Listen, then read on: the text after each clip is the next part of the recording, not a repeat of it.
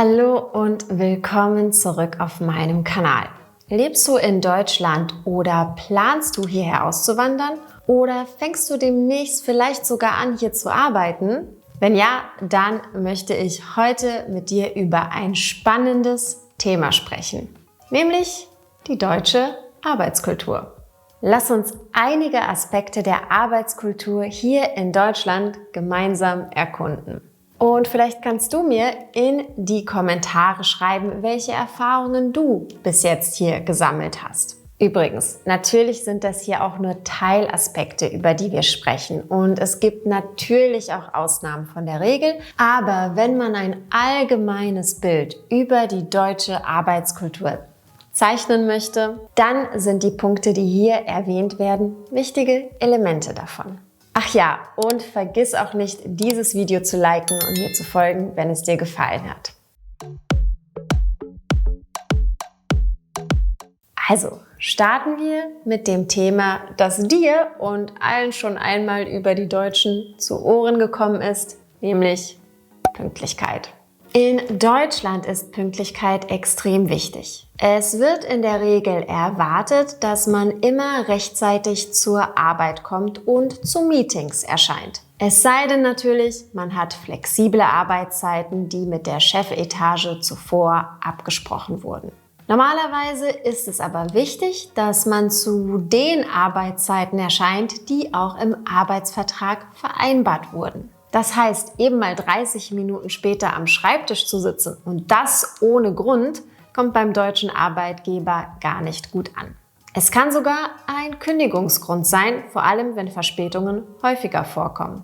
Mein Tipp also, versuche immer, wenn es um Termine geht, etwa 5 Minuten vorher da zu sein. Das zeigt, dass du zuverlässig und professionell bist. Das Gleiche gilt auch für die Arbeit. Ein bisschen früher da zu sein, kommt definitiv besser an, als sich zu verspäten. Idealerweise ist es aber einfach pünktlich da zu sein. Als nächstes sprechen wir über Kommunikation. Deutsche sind meist sehr direkt in ihrer Kommunikationsweise. Das ist dann aber nicht gleichzusetzen mit Unfreundlichkeit, sondern viel eher mit Klarheit. Sei also nicht überrascht, wenn Feedback oder Anweisungen sehr direkt formuliert werden. Und hab auch selber keine Angst, ehrlich und direkt zu sein. Denn so werden Missverständnisse verhindert. Das muss man sich leider oftmals hart antrainieren, da es vielleicht in deiner Heimat als unfreundlich eingestuft werden würde, sich so zu äußern. Aber, wie gesagt, hier ist das nicht der Fall. Gewöhnungsbedürftig, ich weiß. Der nächste Punkt ist die Trennung von Berufs- und Privatleben. Für viele, die noch nicht mit der deutschen Arbeitskultur vertraut sind, sie also noch nicht kennen, ist das oft ein Kulturschock. Denn mal ganz ehrlich, man verbringt doch die meiste Zeit am Arbeitsplatz. Wo sonst soll man ab einem gewissen Alter Freundschaften schließen? In Deutschland versuchen aber dennoch viele, Arbeit und Privatleben strikt voneinander zu trennen. Das bedeutet, nach Feierabend und am Wochenende wird in der Regel nicht gearbeitet und in der Freizeit verbringt man auch keine Zeit mit den Kollegen. Sicher kann es hier und da mal sein, dass man sich mit dem einen oder anderen Kollegen oder der ein oder anderen Kollegin sehr gut versteht. Und da kann man auch einmal vorschlagen, sich auf einen Kaffee zu treffen oder ähnliches. Aber man sollte darauf vorbereitet sein, dass die Kollegen zu einem Feierabendbierchen vielleicht öfter Nein sagen werden und lieber nach Hause fahren. Also auf gar keinen Fall persönlich nehmen, so ist das hier nun mal. Lass uns jetzt über ein wichtiges Thema sprechen, nämlich Urlaub, Arbeitszeiten und Überstunden.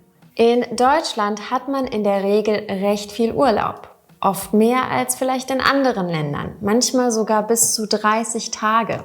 Zögere nicht, dir Urlaub zu nehmen. Er ist wichtig für deine Erholung und Work-Life-Balance. Was die Arbeitszeiten betrifft, so sind diese oft klar geregelt. Normalerweise wird von einer 40-Stunden-Woche ausgegangen. Überstunden sind nicht immer die Regel und werden oft genau erfasst. In manchen Unternehmen gibt es die Möglichkeit, Überstunden abzubauen, zum Beispiel indem man früher Feierabend macht oder man sie für zusätzliche Urlaubstage nutzt. Aber wir haben auch die Möglichkeit, uns Überstunden auszahlen zu lassen, je nachdem, was mit dem Arbeitgeber besprochen wurde. Überstunden sind zwar gern gesehen, aber auch hier sollte man nicht übertreiben. Denn die Wahrheit ist, keiner klopft einem am Ende des Tages auf die Schulter und sagt, super, dass du 5 Stunden länger im Büro geblieben bist. Überstunden sind natürlich gern gesehen, aber alles in Maßen. Ein weiterer wichtiger Aspekt der deutschen Arbeitskultur ist Respekt und Höflichkeit. Es ist wichtig, allen Kollegen und Vorgesetzten mit Respekt und Höflichkeit zu begegnen. Ein freundliches Guten Morgen und Tschüss werden im Arbeitsalltag natürlich sehr geschätzt. Das bedeutet aber nicht, dass du deinen Vorgesetzten immer siezen musst. Zum Beispiel in Startups, also jungen Unternehmen mit flachen Hierarchien, ist es auch üblich, sich einfach beim Vornamen zu nennen. Du wirst also sehr schnell merken, welcher Ton an deinem Arbeitsplatz erwünscht ist. Auch in Werkstätten und Handwerksbetrieben wird der Ton vielleicht ein wenig rauer sein als im Büro. Aber es ist wichtig, bestimmte Grenzen nicht zu überschreiten. Auch wenn man am Arbeitsplatz Scherze macht und gemeinsam lacht, gibt es immer noch eine Hierarchie zwischen Arbeitgeber und Arbeitnehmer und bestimmte Formalitäten wie zum Beispiel Pünktlichkeit und Zuverlässigkeit werden unverändert erwartet. Kommen wir nun zum letzten wichtigen Punkt. Und das ist die Feedback-Kultur hier in Deutschland. Und damit haben die meisten, die zum ersten Mal hier in Deutschland arbeiten, große Probleme. Hier wird viel Wert auf konstruktives und ehrliches Feedback gelegt, das manchmal direkter und kritischer ausfallen kann, wie vorhin erwähnt. Vielleicht sogar kritischer, als du es vielleicht in deiner Heimat gewohnt bist. Aber es geht nicht nur um Kritik. Positives Feedback wird ebenfalls gegeben, allerdings oft weniger häufig und weniger direkt als in manch anderen Kulturen.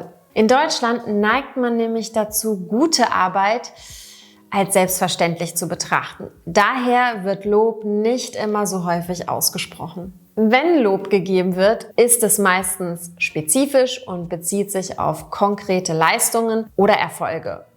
Oder man wird mit noch mehr Arbeit belohnt, weil man sieht, dass du deine Aufgabe schnell, gut und zuverlässig erledigst. Im Vergleich zu anderen Ländern, wo positives Feedback oft regelmäßig und offener geäußert wird, kann die Zurückhaltung in Deutschland für manche neu und ungewohnt sein. Aber denk dran, weniger häufiges Lob bedeutet nicht, dass deine Arbeit nicht geschätzt wird. Und wenn du nicht einordnen kannst, wie deine Arbeit beim Vorgesetzten ankommt, kommen wir auch hier zum Punkt klare Kommunikation. Sag deinem Chef, dass du eine ehrliche Einschätzung deiner Arbeit haben möchtest, damit du weißt, in welche Richtung du gehen sollst. Was läuft gut und wo ist noch Raum für Verbesserung. Das kommt dann auch bei deinem Chef gut an. So, das waren einige wichtige Punkte zur deutschen Arbeitskultur. Ich hoffe, diese Tipps helfen dir, dich besser in der Arbeitswelt hier in Deutschland zurechtzufinden. Hast du eigene Erfahrungen oder Fragen, die du mit uns teilen möchtest, dann schreib sie, wie gesagt, gerne in die Kommentare.